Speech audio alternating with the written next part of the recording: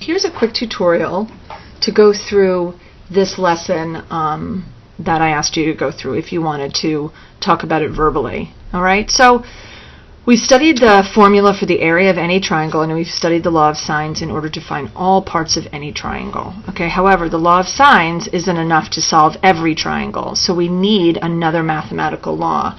And we kind of talked about the fact that there is another mathematical law, and we're going to talk about this. Okay, so we learned 6 different types. We've seen this visual already once. All right, we have 6 different types of pieces of triangles that you can be given. You can be given all 3 angles, 2 angles and a side not included, 2 angles and a side included, 2 sides and an angle included, 2 sides and an angle not included, and 3 sides. So far with the AAS, the ASA, and the SSA cases, we know that we can solve those triangles using the law of sines. But we haven't been able to use the law of sines for these 2 triangles because there's not enough information for that. Okay, so what can we do? We can use something called the law of cosines. And so just like with the law of sines, we have the law of cosines.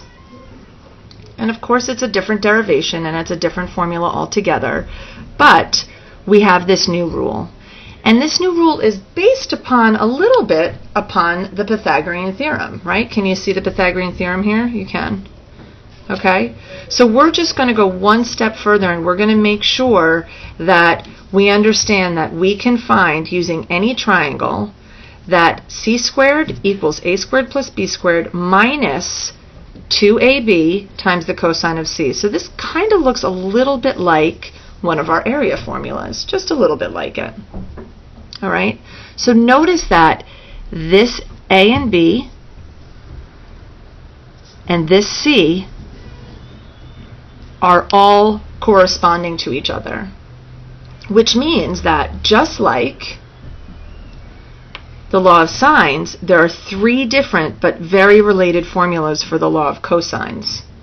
Remember when we did that? So it works for any triangle. That means I can mix up this formula. So let's think about this. Write down all 3 formulas for the law of sines. Pause it, write it down, and see if you get what I have down. Okay? So the law of sines, we can say, is sine A for A equals sine B over B. We could also use sine A over A equals sine C over C, and we could also use sine B over B equals sine C over C. So depending on what we need, we can move around our law of sines, okay? Even though we know that the law of sines is a perfect proportion. So now what does this mean that I want to write down all 3 formulas for the law of cosines? Well, we know that this is one of them. So I want you to pause and see, not pause yet, but see if you can solve for a squared and see if you can solve for b squared. What is it going to look like if everything has to be, whoops, there we go, if everything has to be corresponding like this one is? So pause, write it down, and see if you get the right answer. Okay, so just like above, we know that we're going to minus 2 something, and we're going to talk about cosine A.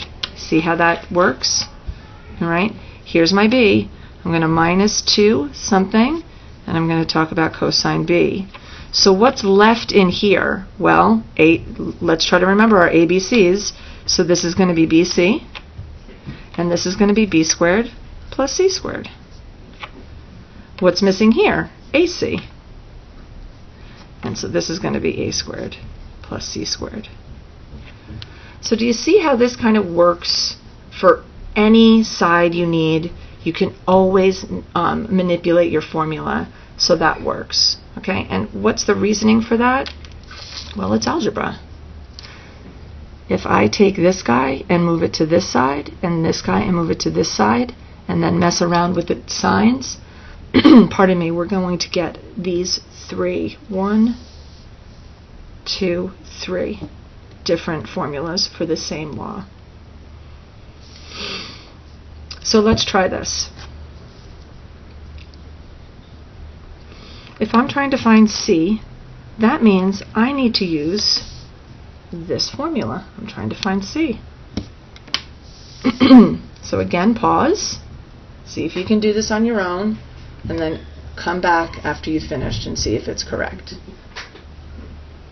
Okay, so I'm going to do C squared equals A squared is 8 plus B squared is 11 minus 2 times 8 times 11 times sine 37. I put that in my calculator, and I'm going to get C squared equals some wacky number. So I put that in my calculator, I get 8 squared plus 11 squared minus 2 times 8 times, oops, parentheses 11, parentheses cosine, oh, look what I did. Did you notice that I wrote sine instead? This should be cosine. Cosine 37 degrees. And I get 44.4401. So this is what I get in here. C squared equals 44.44015023. Of course, I'm not going to write that all down, okay? But, so in my calculator, I have to get the square root of this. So I just do my second function square root, second function answer, and I get 6.66666.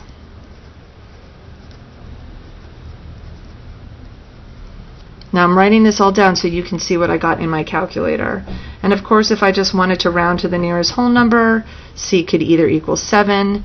If I wanted to round to the nearest tenth, C would equal 6.7. If I wanted to round to the nearest hundredth, C would equal 6.67, etc.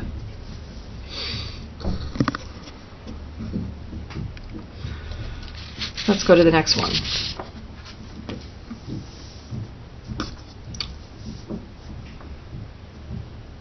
Okay, so now we're going to look for this one. This one has all three sides, but it doesn't have an angle. So it doesn't matter which one I actually use. So let's just use C squared equals A squared plus B squared minus 2AB cosine C. Okay, because I need to find my angle of C. So my C is 7, my A is 8, my B is 6. I plug all this in. Now this is going to take a little bit more solving, but we can still do it, okay?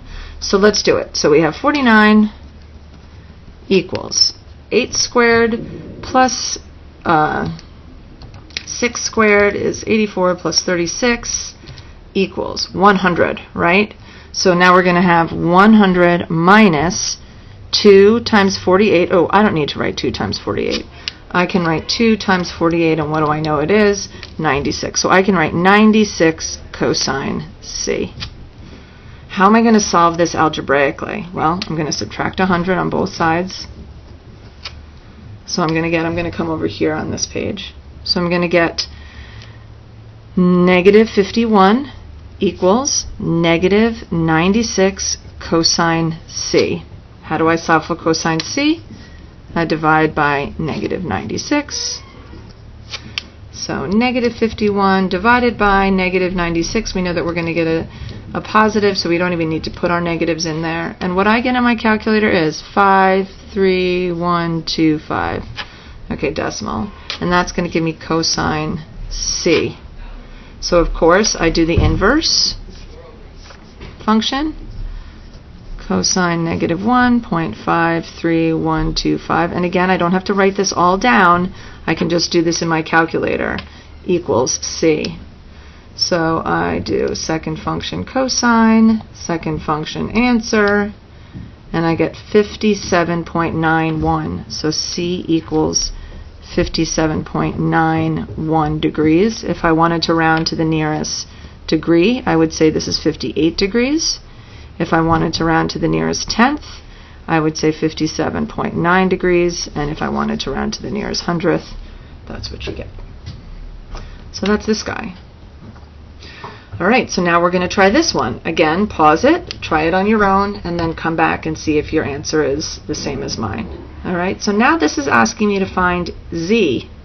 Okay, now it doesn't matter that there's no a, b's, and c's. It's still the same process, right? So I need to find my z squared. My x squared is going to be 9.4 squared, and the good thing is that we have calculators to do this. Y squared, 6.5 squared, minus 2 times 9.4 times 6.5 times cosine 131. Cosine 131, oh, what's that going to be, I wonder? Let me go back and think about my cosine curve. So my cosine curve, here's 180, here's 90. So a number that's 131 is probably going to be negative, isn't it? Because here's our positive and here's our negative. So it's okay that we're going to get a negative because we know that this is what our cosine curve looks like. Okay, so let's do the math. 9.4 squared plus 6.5 squared minus 2 times 9.4 parentheses 6.5 cosine 131. Enter. So this comes out to be 210 z squared equals 210.7804133. If you want the whole thing, this is what I get in my calculator. Now, so why are you saying, why did she even talk about the 131? It's because if think about it, if this number is a number that's going to create a negative here, right? This negative and this negative create an addition, so this whole thing is going to be positive. So this is still going to work because even though this is negative, cosine 131, let's look it up. Cosine 131, it's a negative, right? But this negative here and this negative in the 2 kind of cancel each other out. So now we're going to be adding and we're going to get this number that's pretty big. I put that into my calculator and I do the second function of the answer. Not the second function, but excuse me, I need to do this while I'm doing it. Okay, so I put this in the calculator, right? I have my square root, and I get 14.51, yada, yada, yada. So z is either 15 if I want to round to the nearest whole number, 14.5 if I want to round to the nearest tenth, 14.52 if I want to round to the nearest hundredth, etc. And that is how you use the law of cosines. Here's all the solutions again, as you can see. Okay, if you want to look at those solutions. And so here's a sum up. So now, right, before we said that these two weren't possible, but now we have them, okay? We have that we use the law of sines for this case, we use the law of sines for this case, we use the law of sines for this case, but we need to use the law of sines for these two cases. I mean the law of cosines, excuse me, for these two cases. Now it's your turn to try these, and we'll go over the answers in class. Good luck!